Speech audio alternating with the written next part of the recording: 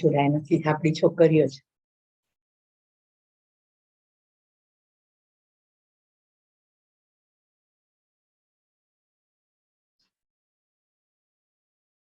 महर्षि पतंजलि के श्री चरणों में प्रणाम करते हुए आपके द्वारा दिया हुआ पातंजल योग दर्शन का जो ज्ञान है वो हम आत्मसात करने जा रहे हैं. आपकी कृपा बनाए रखना जिससे हम पूरा ये आपका ज्ञान आत्मसात करके जो लास्ट में आपने कहा है कैवल्य पाठ, कैवल्य की प्राप्ति कर सके. तो कल हमने 5 सूत्र, कल हमने देखा था कि तो 4 वेद मुख्य है और 4 वेद के 4 भाग है, ब्राह्मण, संहिता, आरण्य और उपनिषद. उपनिषद 1000 है, इसमें से 100 जाने माने हैं, पॉपुलर है. इसमें से 10 उपनिषद जो है उसका अध्ययन किया जाता है. ईश, कठ, कैन, मुंडक, मांडुक्य, ऐत्रेय, तैत्रेय, छांदोग्य, श्वेताश्वतर, बृहदारण्यक. और सभी उपनिषदों में अलग अलग तरह से, लेकिन अंत में तो एक ही परमात्मा की ही बात की है. सेंटर पॉइंट तो वही है. कोई भी रास्ते से यहाँ से आप जाओ, पर जो कोई भी रास्ता लो, लेकिन गंतव्य स्थान पर तो पहुंचना ही है. बस उपनिषद का ये आपको जो पसंद है वो उपनिषद पढ़ो, अंत में वो आपको अपने गंतव्य स्थान पर ही ले जाएगा. जो श्रीमद् भगवत गीता में श्री कृष्ण परमात्मा ने कहा है, यद गत्वा न निवर्तन्ते तद धाम परमम मम. जो धाम की प्राप्ति करने के बाद वापस नहीं आना रहता है. श्रीमद् भगवत गीता पढ़ो या पातंजल योग दर्शन. लक्ष्य तो एक ही है, लेकिन जब हम योग सीखने जा रहे हैं तो पातंजल योग दर्शन का अभ्यास करना बहुत जरूरी है. क्योंकि सामान्य रूप से लोग क्या जानते, योग यानी कि कसरत करो, अलग अलग आसन मुझे आते हैं, मुझे प्राणायाम आते हैं और कुछ ध्यान भी मैं कर लेता हूँ. इस तरह की एक भावना रहती कि एक योग टीचर यानी आसन, प्राणायाम और ध्यान, बस बात खत्म हो गई.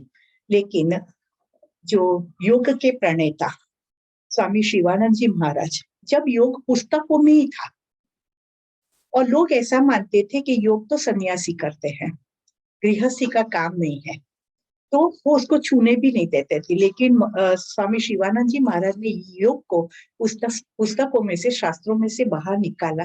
ये सबके लिए है. एक अच्छी जिंदगी जीनी है तो योग तो करना ही पड़ेगा. समत्वम योग मुच्यते. योग जीवन में समता लाता है. जो अभी अभी हमने सुना, ठंडी गर्मी में समता, सुख दुख में समता, तो योग के आचरण से ही आता है. सब दिन होत ना एक समान, सब दिन होत ना एक समान, कहाँ राजा हरिश्चंद्र चढ़त फिरत विमान. वो ही राजा हरिश्चंद्र विकत गए मसान. सही है कि नहीं? एक समय था कि वो विमान में घूम रहे थे और दूसरा समय था वो स्मशान में बिक गए. कोई क्षण कायमी नहीं है, तो उस क्षण में हम समता कैसे रख सकते हैं, यही ज्ञान हमें पातंजल योग दर्शन में महर्षि पतंजलि देना चाहते हैं. तो जो 5 सूत्र हमने कल किए, तो पहले तो उसका याद कर लेते हैं. चलो पहला सूत्र पढ़ो.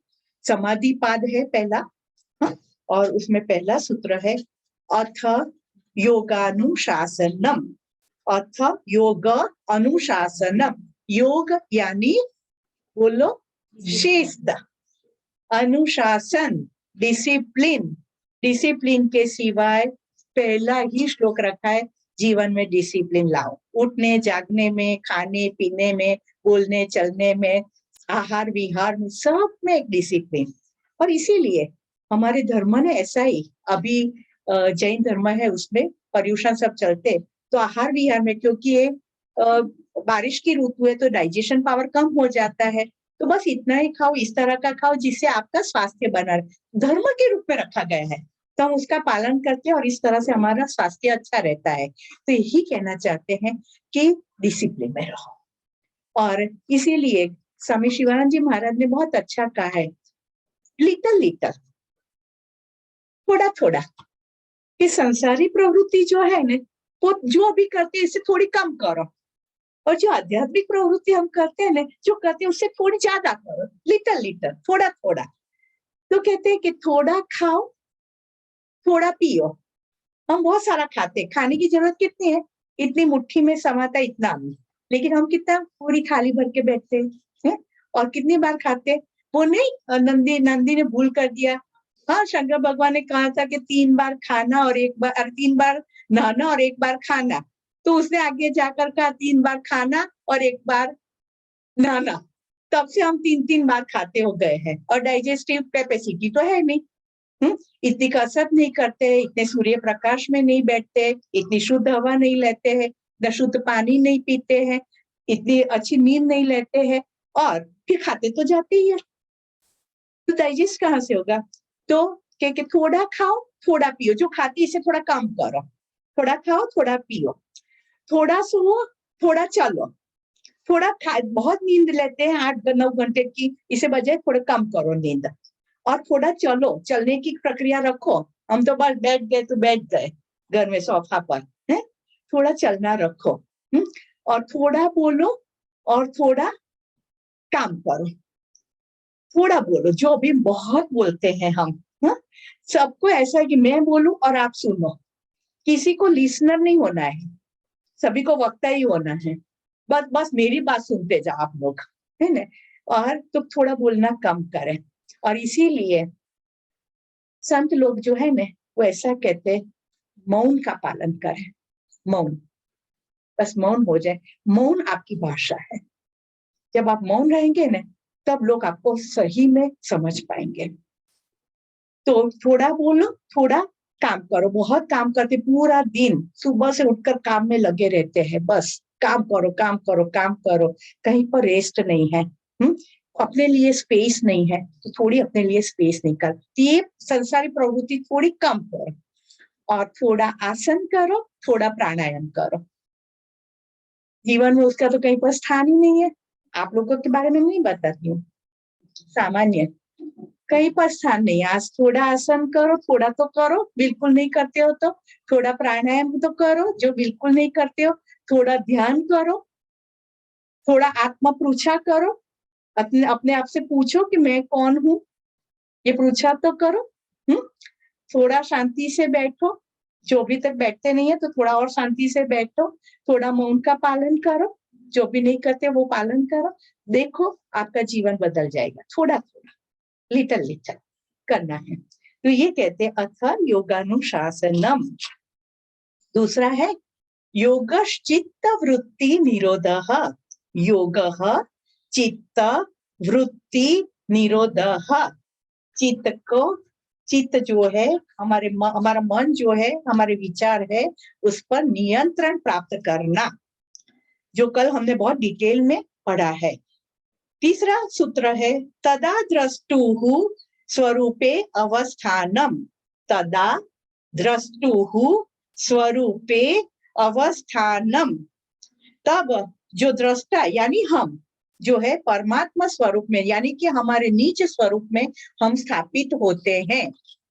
हम सिर्फ बोलने के लिए बोलते हैं I am bliss bliss bliss absolute, आनंदोहम आनंदोहम। आनंद की क्षण में कितने रहते हैं, बोलो, आनंदोहम बोलते हैं, ऐसी क्षण दिन भर में कितने मिलती है।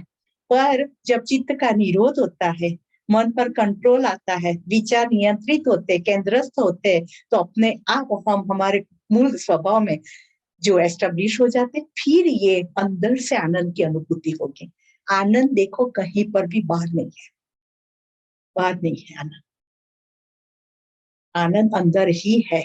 और जब आनंद का केंद्र हम पकड़ लेते हैं तो आनंद उभर उभर कर बाहर आता है। इसके लिए बाहर की कोई भी परिस्थिति ज्यादा मायना नहीं रखती है। तो वो इससे आता है। नहीं तो चौथा सूत्र है, अगर आप सेल्फ में एस्टेब्लिश नहीं होते तो वृत्ति सारूप्यम इतरत्र, वृत्ति सारूप्यम इतरत्र, तो फिर आप जैसा विचार करते हैं वैसा फल पाएंगे, जो सोचते हैं वो ही पाएंगे। बाइबल से पहले एक पुस्तक यीशु ख्रिस्त ने लिखा है, उसमें उन्होंने लिखा है जैसा आप सोचोगे वैसा ही आप पाओगे। क्योंकि हम जैसा सोचते हैं ऐसे एक सूक्ष्म विश्व खड़ा करते हैं, और फिर वो विश्व हमारे जीवन में खड़ा हो जाता है। मैं आपको एक बात बताऊं कि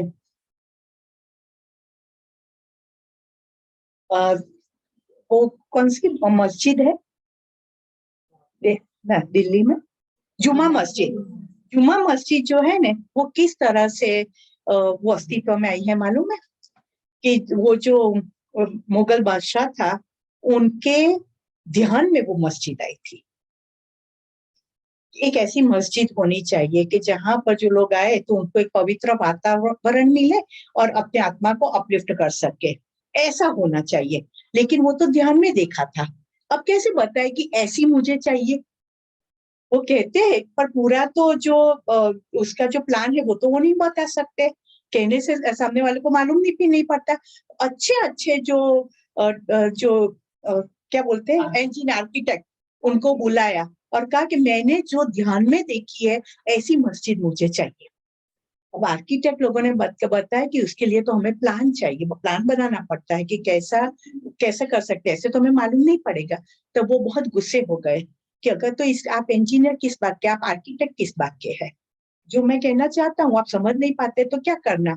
फिर वो तो बहुत गुस्से हो गए और उन्होंने तो ऑर्डर दे दिया कि ये सभी आर्किटेक्ट जो इसके हाथ काट डालो, क्योंकि ये लायक नहीं है इस प्रोफेशन के। तब वो लोग घबरा गए और वहां से दूर, दिल्ली से दूर लगभग 20 किलोमीटर दूर एक पीर की दरगाह है, मस्जिद है, और वहां पर एक पीर रहते भी थे। तो उनके पास गए और अपना जो डर था उनको बताया कि बादशाह तो ऐसा कह रहे, तो हम क्या करें? तो ये चिंता मत कर। जब उन्होंने ये ध्यान में देखा है, उसका मतलब ये हुआ कि सूक्ष्म स्तर पर उसका अस्तित्व है। अब सूक्ष्म में जाकर हमें खोजना है। एक 10 साल का बच्चा था तो वो पीर ने उनको शक्ति दी, और फिर एक लेवल, दूसरा लेवल, तीसरा लेवल, चौथा लेवल पर ऐसी जो बिल्डिंगें होती है जो हमारे मन में आती है, उसका वहां पर सूक्ष्म रूप से उसका वो अस्तित्व होता है। तो वो लड़का को चौथे स्तर में भेजा चैतन्य के, और उसने जाकर वो मस्जिद देखी, वो देखता गया और ड्रॉ करता गया, देखता गया और ड्रॉ करता गया, और पूरी मस्जिद ड्रॉ हो गई। फिर उसको अपने अपने सेल्फ कॉन्शियसनेस में ले आए, और फिर वो आर्किटेक्ट गए उनके पास कि ऐसी आपको मस्जिद चाहिए? और फिर राजा ने कहा, बादशाह ने कहा, बस बिल्कुल वैसी मुझे चाहिए। और फिर वो जुम्मा मस्जिद अस्तित्व में आई है। इसके पीछे का हिस्ट्री ये है। तो कोई भी हमारी सोच होती है, वो सूक्ष्म जगत में रहती है, और फिर बार बार सोचकर हम उसको अपने जीवन में खींच के ले आते हैं, फिर वैसा ही होता है। फिर हम दुखी होते हैं, ऐसा क्यों हुआ? लेकिन इसके पीछे भी आपका ही विचार था। और देखिए, ये जगत में एक भी घटना ऐसी नहीं है अस्तित्व में आती कि जिसका किसी ने विचार नहीं किया हो। विचार के बिना कोई भी वस्तु अस्तित्व में नहीं आती है। तो यहाँ कहते हैं वृत्ति सारूप्यम इतरत्र, जैसा आप सोचोगे वैसी ही आपके आजू बाजू की दुनिया खड़ी हो जाएगी। तो आपको जो पसंद है वैसा ही सोच करो, नहीं कि जो नहीं पसंद।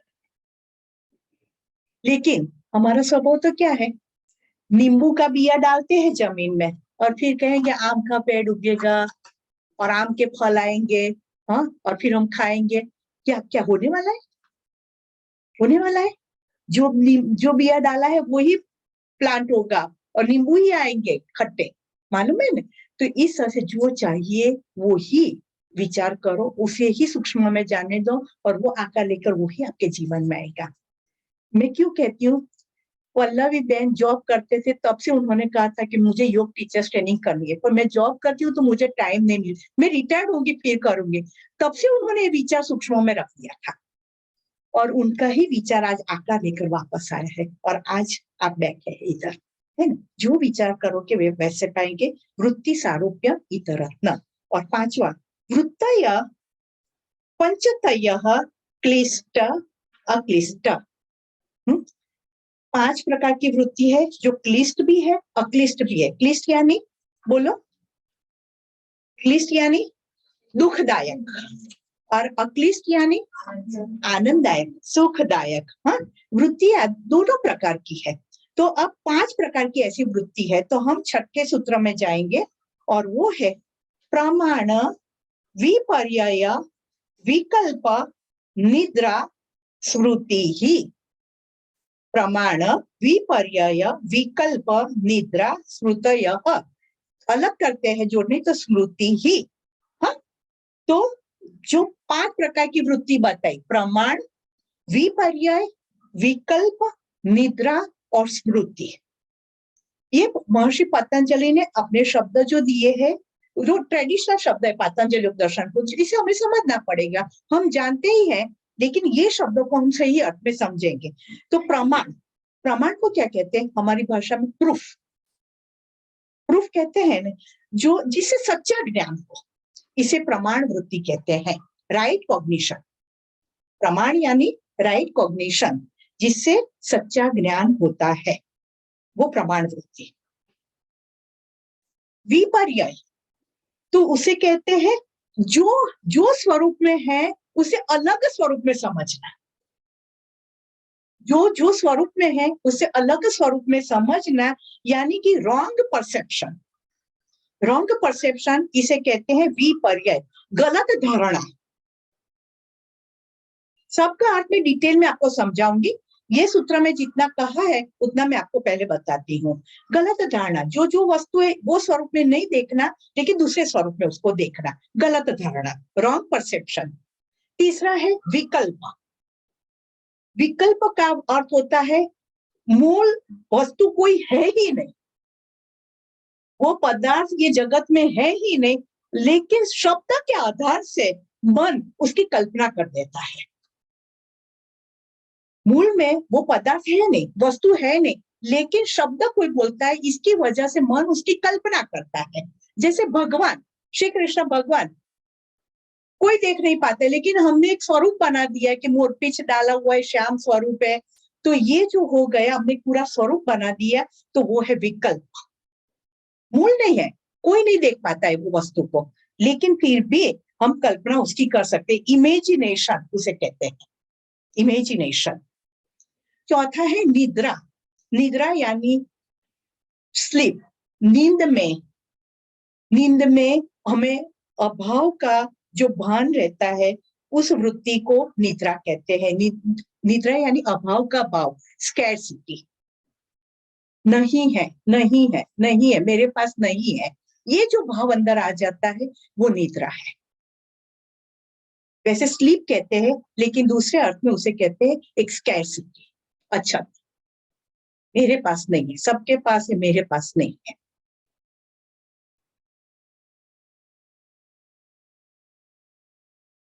और पांचवा है स्मृति।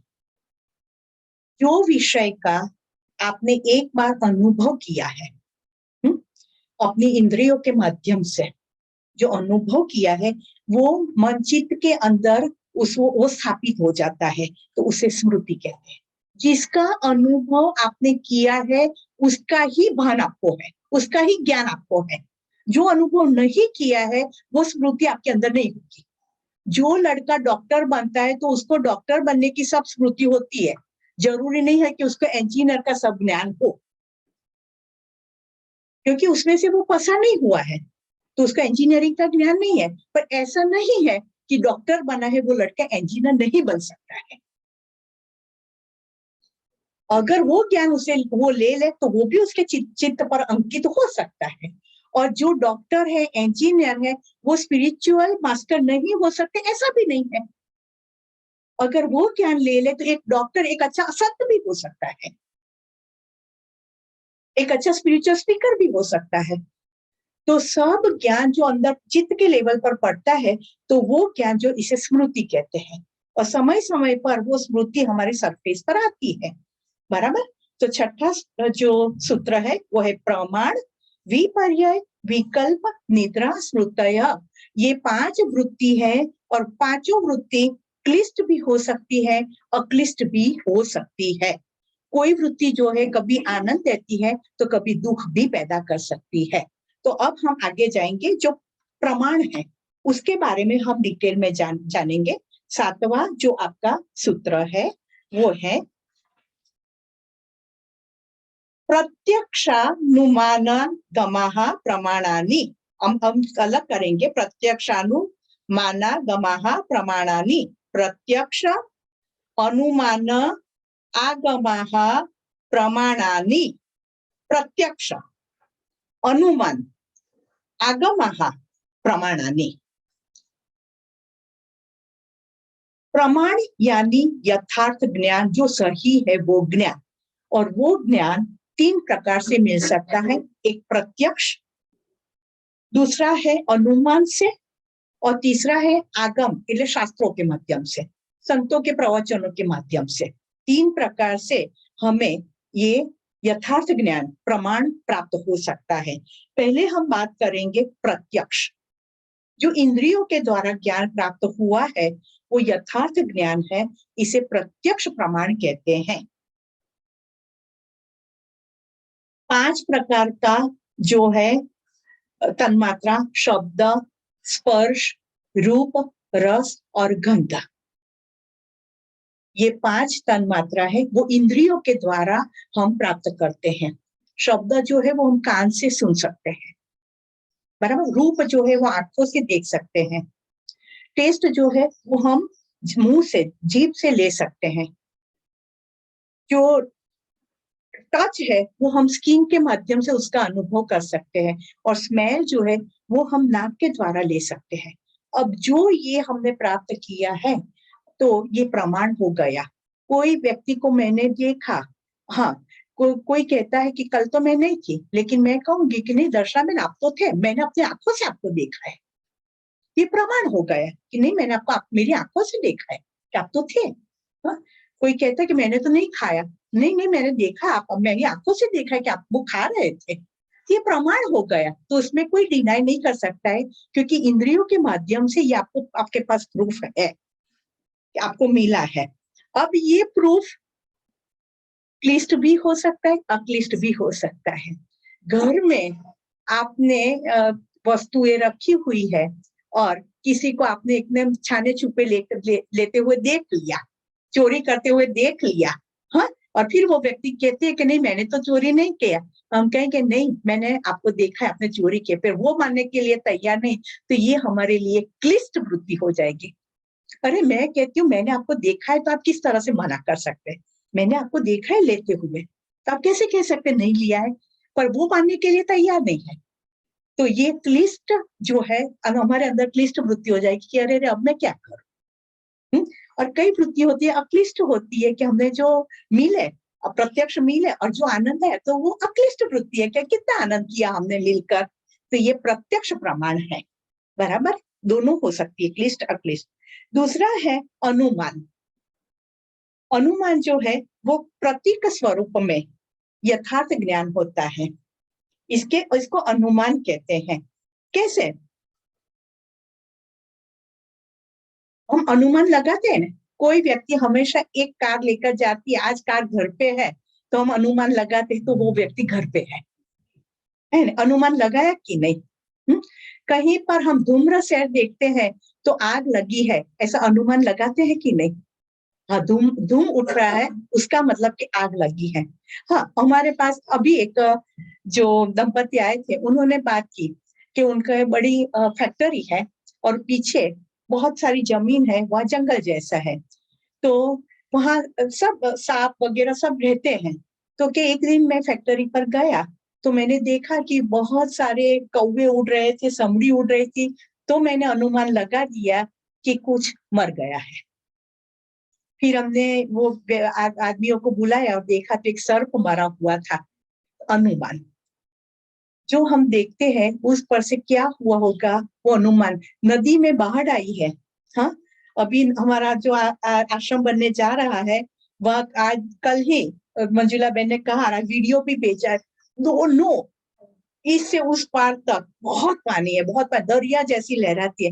इस पर से हम अनुमान लगा सकते हैं कि मध्य प्रदेश में ज्यादा बारिश हुई होगी।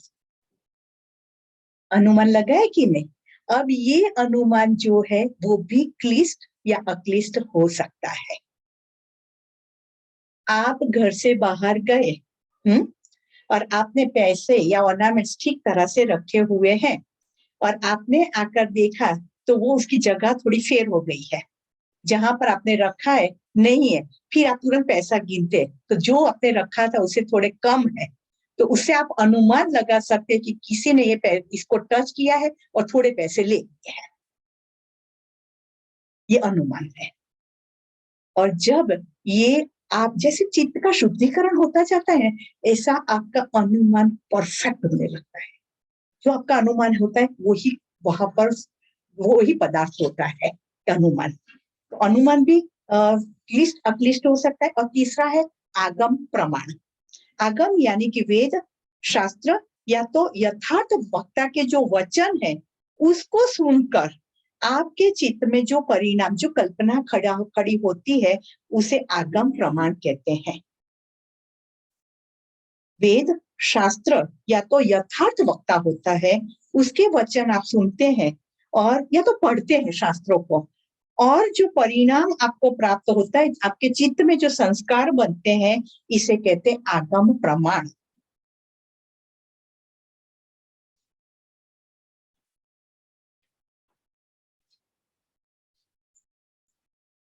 जैसे मैंने आपको बताया कि हम परमात्मा को देख नहीं सकते हैं। कई लोग तो ऐसे ही कहेंगे कि परमात्मा जैसा है कुछ है ही नहीं, लेकिन हमारे वेद और शास्त्रों में इसका वर्णन किया गया है कि जो कुछ करने वाला है अंत में वो ही है।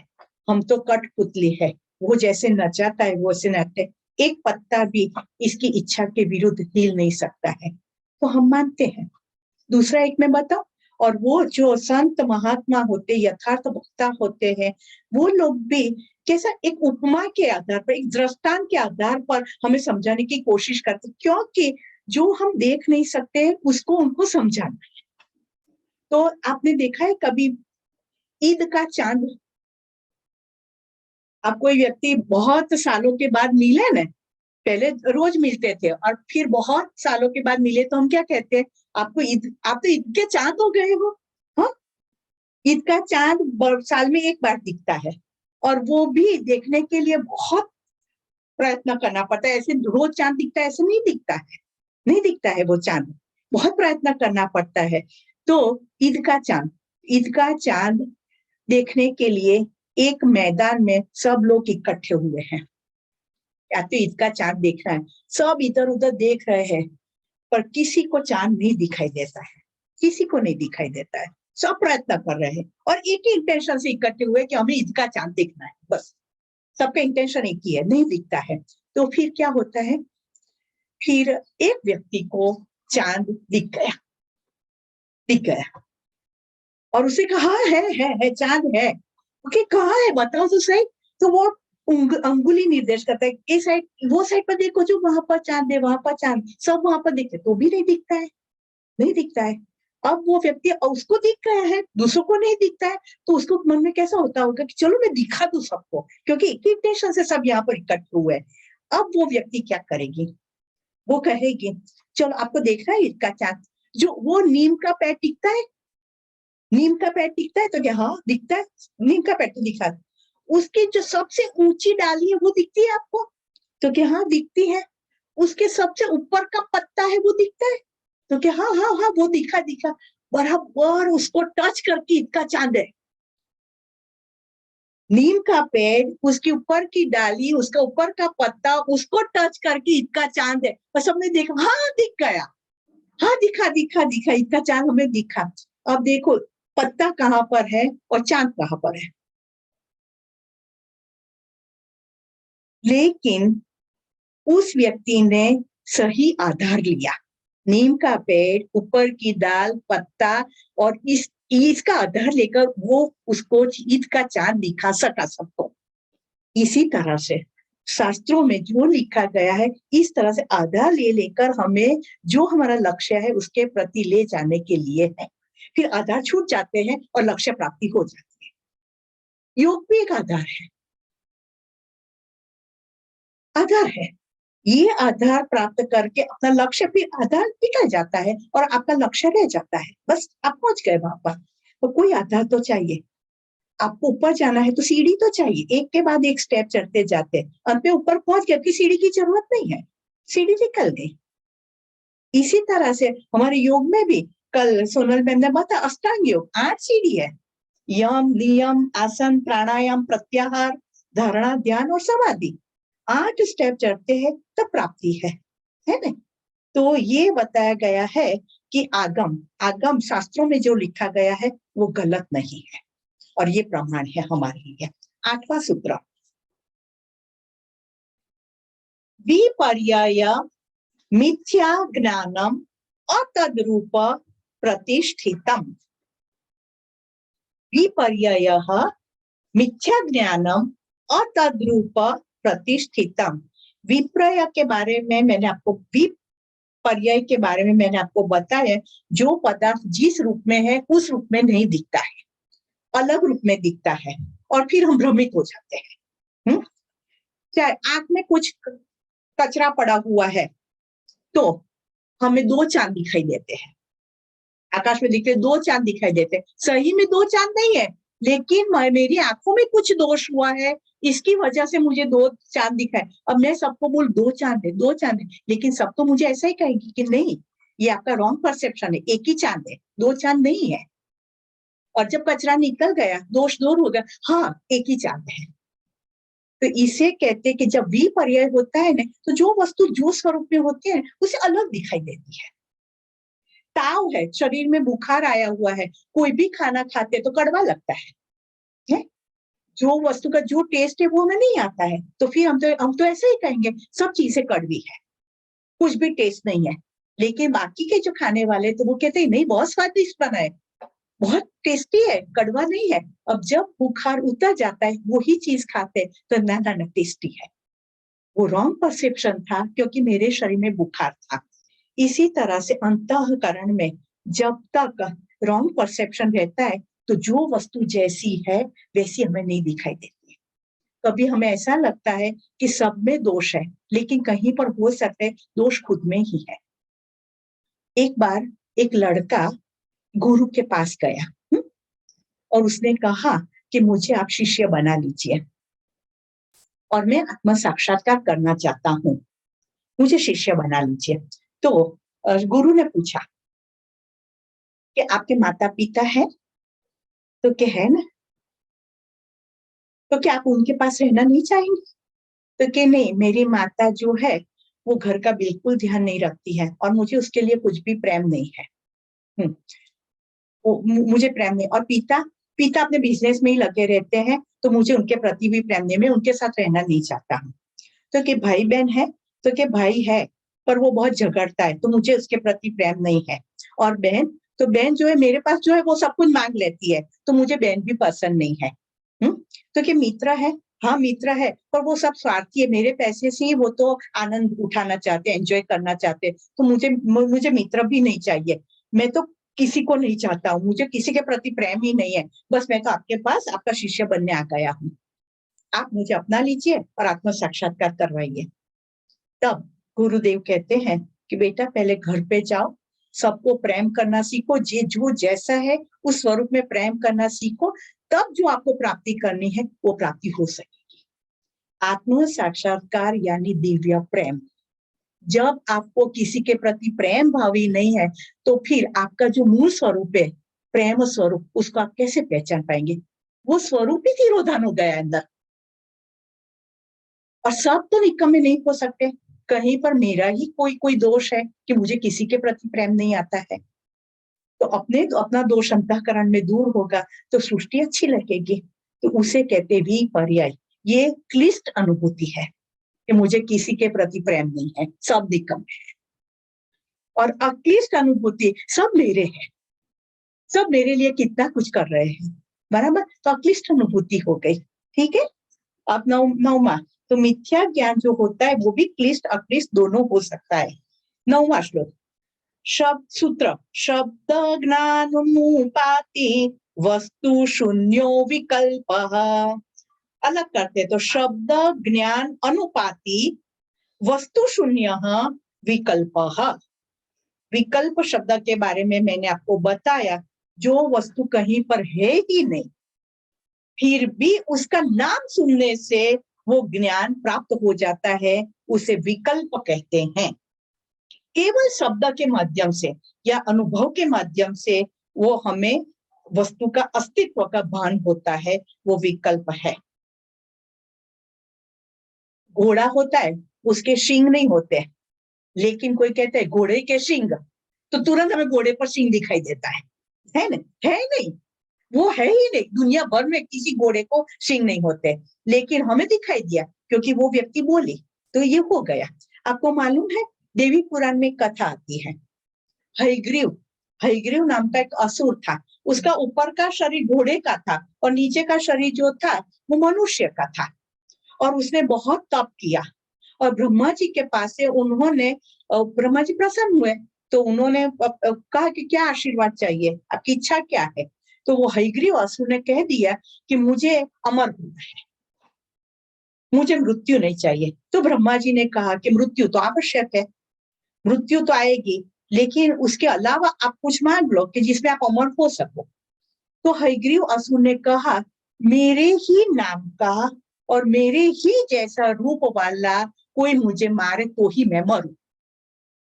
मुझे मारने वाला जो है उसका भी आधा शरीर घोड़े का होना चाहिए, नीचे का मनुष्य का, और उसका भी नाम हयग्रीव ही होना चाहिए, तो ही मैं मरूं, नहीं तो मैं नहीं मरूं।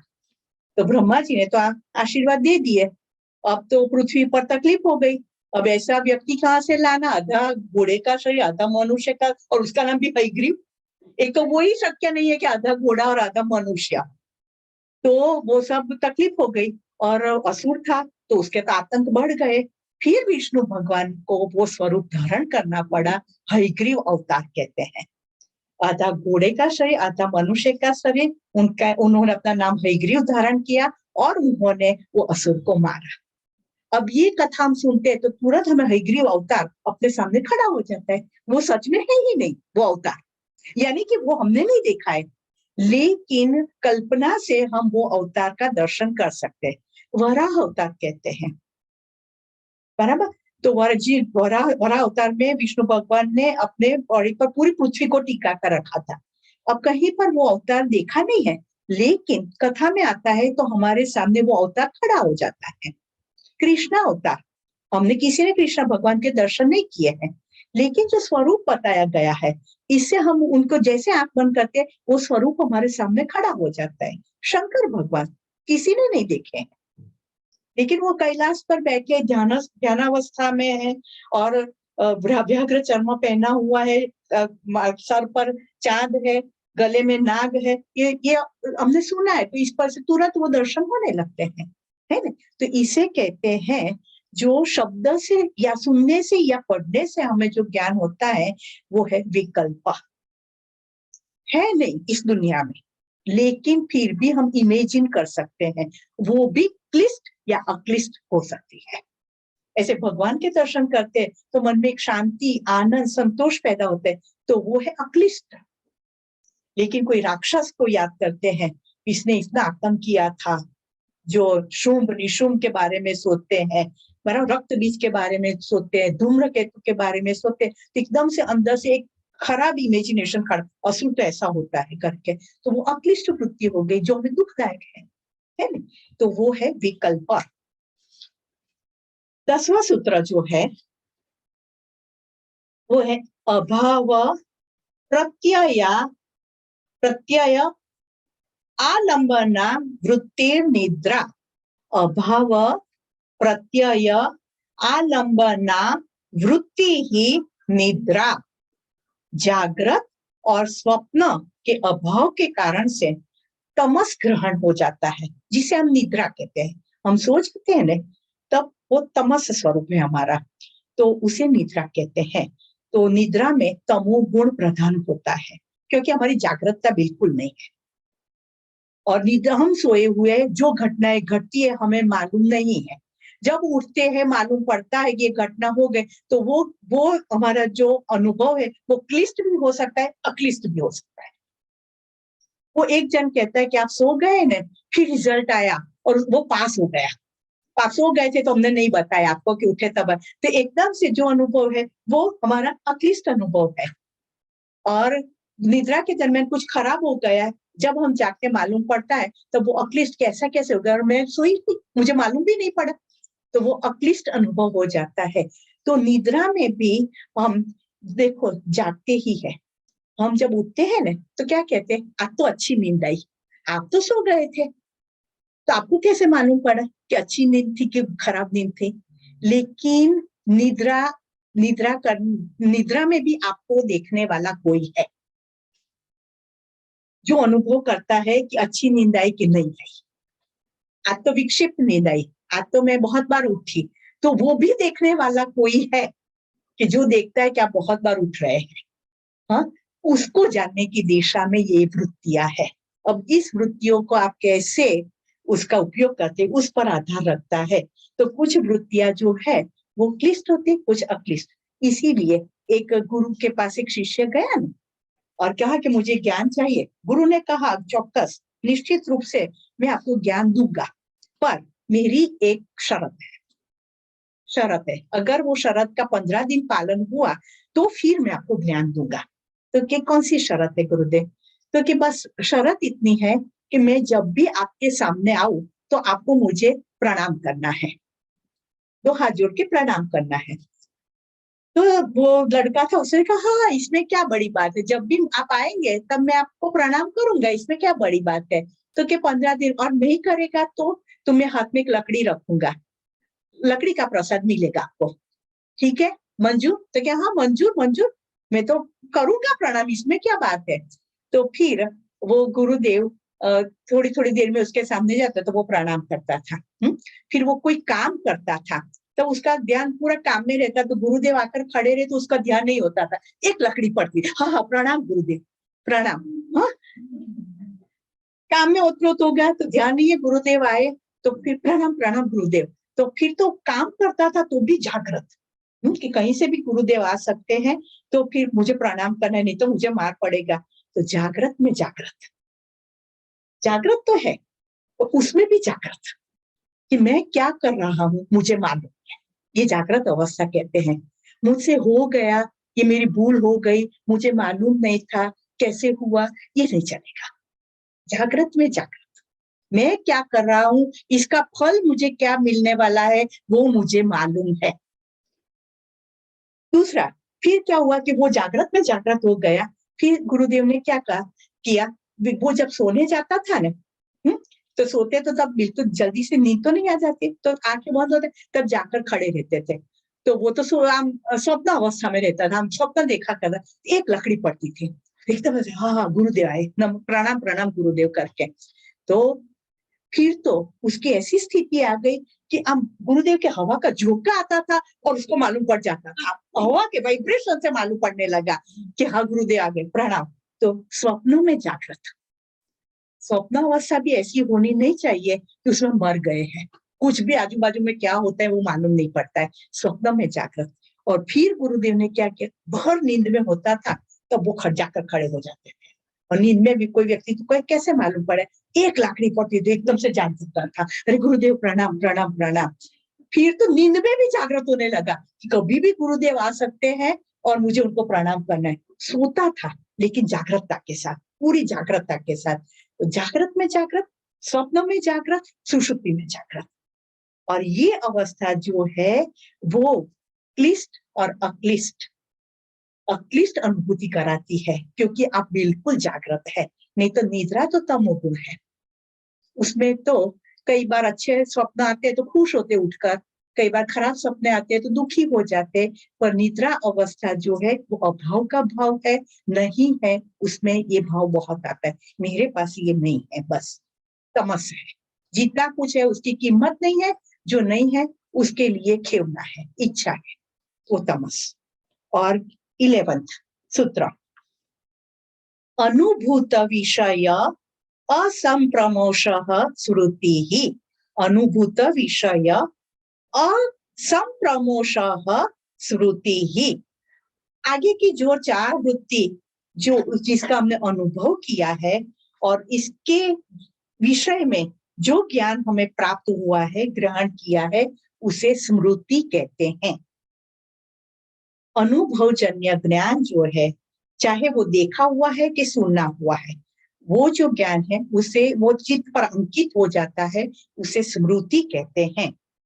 जो वस्तु देखी है हमने तो वो चित्त पर अंकित हो जाती है, जो सुनी है वो भी अंकित हो जाती है, तो वो स्मृति में चली जाती है।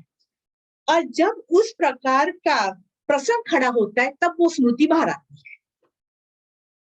गुलाब जामुन खाए हैं तो वो स्मृति में है, लेकिन जिससे खाए ही नहीं है तो वो स्मृति में कैसे जाएगा? गुलाब जामुन खाया, स्मृति में आ गए। अब जब नेक्स्ट टाइम वो प्रसंग खड़ा हुआ, कोई बोलता है कि मैंने गुलाब जामुन बनाए हैं, तुरंत याद आ जाएगा कि वो गोल गोल होते हैं, ब्राउन कलर के होते हैं, उसमें चाशनी होती है और बहुत स्वीट लगता है, सॉफ्ट होते हैं। वो स्मृति बाहर आ गई। हाँ, तो ये स्मृतियां भी क्लिष्ट और अक्लिष्ट दोनों हो सकती है। कोई व्यक्ति के साथ हम मिले और बहुत आनंद से बातें की, और जब वो व्यक्ति को दूसरी बार मिलना प्रसंग खड़ा होता है, तब वो अक्लिष्ट वृत्ति बाहर आ जाए, ना नहीं मुझे उसको मिलना पसंद है, क्योंकि उसके साथ बहुत अच्छी अच्छी बातें होती है, तो मैं उसको मिलना पसंद करूंगा, तो वो अक्लिष्ट वृत्ति है।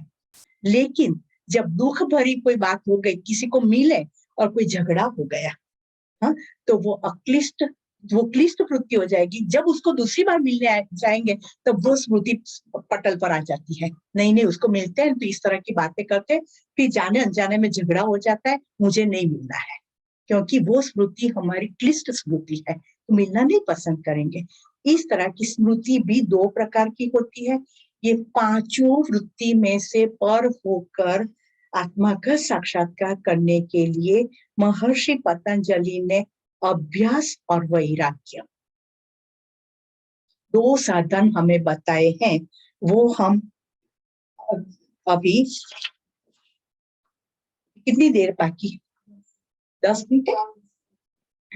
तो अभी हम देखते हैं नेक्स्ट सूत्र जो है, उसमें उन्होंने साधन बताए कि वृत्तियों को कंट्रोल करके हमारा जो लक्ष्य है उसके प्रति हम कैसे आगे बढ़ सकते हैं। तो 12वां सूत्र है, अभ्यास वैराग्याभ्याम तत्त निरोधः। अभ्यास वैराग्याभ्याम तन्निरोधः, उसकी संधि छुट्टी करते हैं तो तत् निरोधः।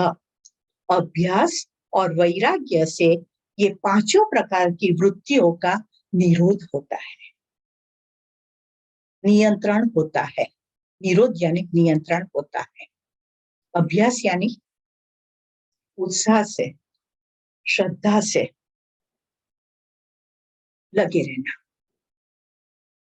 1-2 दिन में कोई प्राप्ति होने वाली नहीं है। देखो, एक दूध होता है ना, उसमें दही का मेड़वन डालते हैं ना, तो वो दूध को भी दही बनने में 4 घंटा लगता है।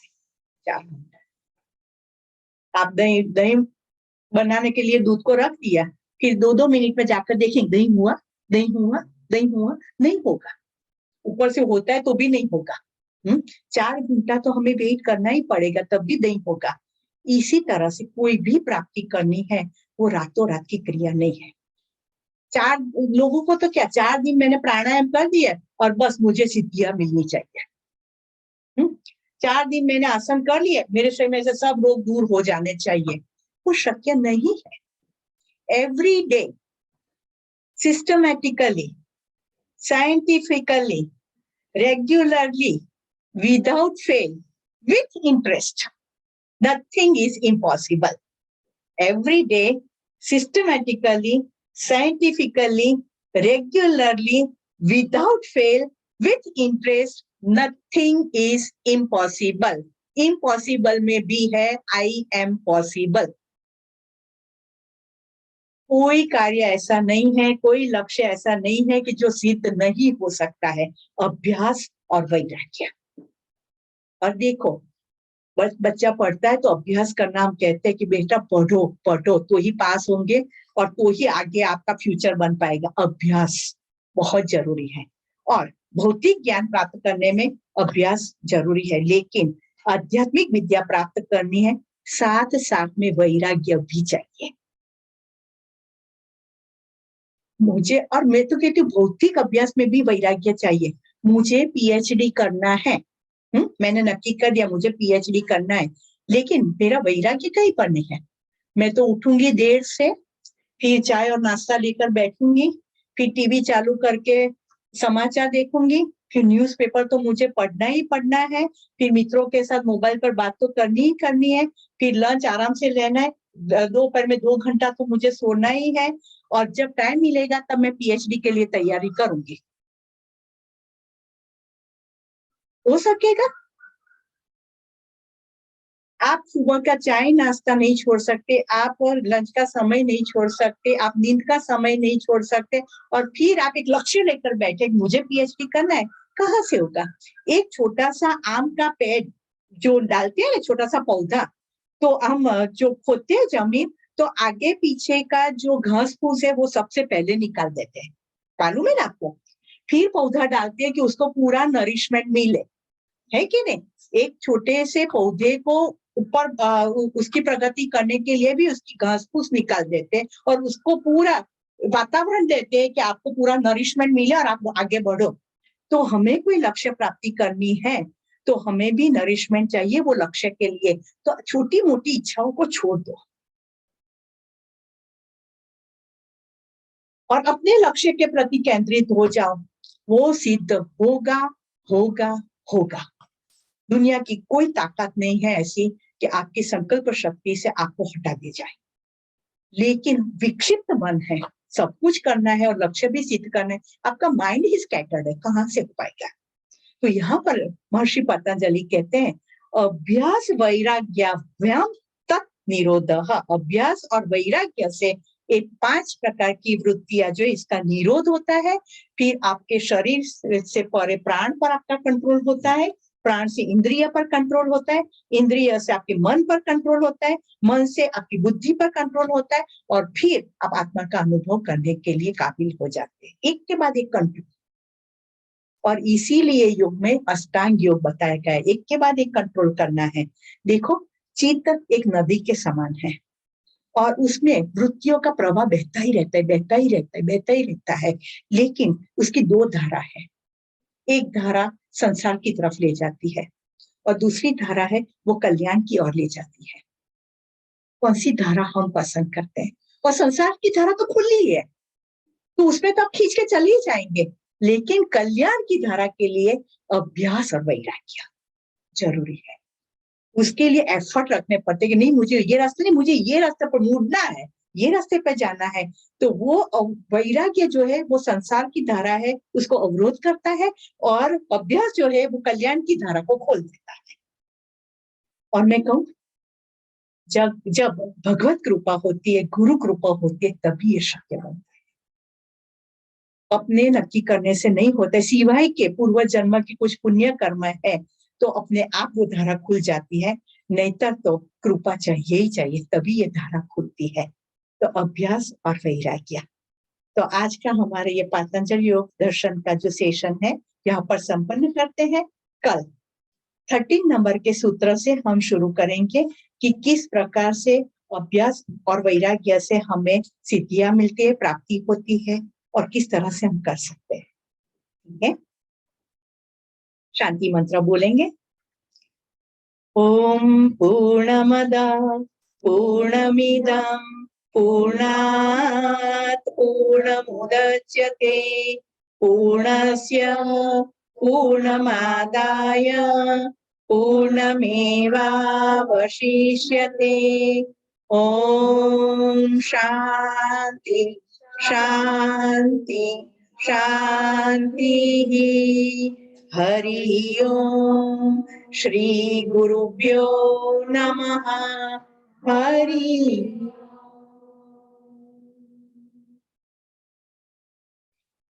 ये पतंजलि योग दर्शन जो ज्ञान दिया है ना, बहुत भारी ज्ञान है, हेवी है, पर जितना हो सके उतना सरल करके हम समझेंगे, हाँ? तो जिससे आत्मसात भी हो सके और वो ज्ञान भी हमें प्राप्ति हो। नहीं तो ऐसे ऐसे शब्द है ना जिसकी टप्पी ना पड़े, ऐसे शब्द प्रयोग किए हैं, लेकिन हम बहुत सहजता से सिंपल करके उसको समझने की कोशिश करेंगे। ठीक है ना? तो अभी आधा घंटा आपका रिसेस है और 4 बजे फिर से मिलते हैं योग के लिए, आपका प्रिय विषय के लिए। ठीक है ना? हाँ, चलो। सैटरडे ऑन रहेगा मैडम? अच्छा, हाँ, तो देख लो, जो कल सैटरडे जो है ना, कल का मैं आपको शेड्यूल बता देती हूँ। कल 10 बजे से शुरू होगा। हाँ, जो ऑफलाइन आते हैं आपको 10 बजे यहाँ शार्प पहुंच जाना है। आपको 10 बजे लॉग इन कर देना है। 10 से 11 मेडिटेशन और मुद्रा विज्ञान सीखेंगे, हस्त मुद्रा विज्ञान। ठीक है, और वो मैं ही आपको सिखाऊंगी। फिर 11 से 12 YCB यानी श्री किन्नर पारेख है, वो वॉलंटियर योग के लिए आपको ज्ञान शुरू कर देंगे देना, तो वो करेंगे। 12 से 1 बजे लंच का टाइम रहेगा, ठीक है। फिर 1 से 2 बजे एक्यूप्रेशर का क्लास रहेगा। इसमें श्रीमती विजय लक्ष्मी जी आएंगे और हमें एक्यूप्रेशर सिखाएंगे। 2 से 3 बजे डाइट एंड न्यूट्रिशन का क्लास रहेगा, तो मिसिस उर्वी अनडकट आएंगे और वो हमें ज्ञान देगी। और 3 से 4 एनाटॉमी, डॉक्टर निकुंज मेहता आएंगे और एक एक उनके कई पीरियड है, एक एक पीरियड में एक एक जो हमारी सिस्टम है उसके बारे में समझाएंगे। सिस्टम के साथ आसन प्राणायाम को कैसे मर्ज कर सकते हैं, और कोई व्यक्ति को कोई तकलीफ है तो आप जान लो कौन सी सिस्टम ठीक से नहीं काम करते, कौन से पार्ट्स कौन से ऑर्गन्स काम नहीं करते, उसके अनुसार आप उसको योग में ले जाओ तो अच्छा हो सकता है। इसी तरह से वो हमें समझाएंगे। और फिर थोड़ी रिसेस भी रहेगी, इसमें लिखा नहीं है आपके शेड्यूल में, लेकिन 15 मिनट की रिसेस रहेगी। और फिर 4:15 से 6 बजे तक एडवांस योग की क्लास आपकी रहेगी। तो मन से तैयार हो जाना, ठीक है। कल पूरा 10 से 6 बजे तक का हमारा क्लासेस रहेंगे। तो अभी 4 बजे हम मिलते हैं योग के लिए, ठीक है। मतलब ये अभी हमारा मंडे रहेगा फिर ये? हाँ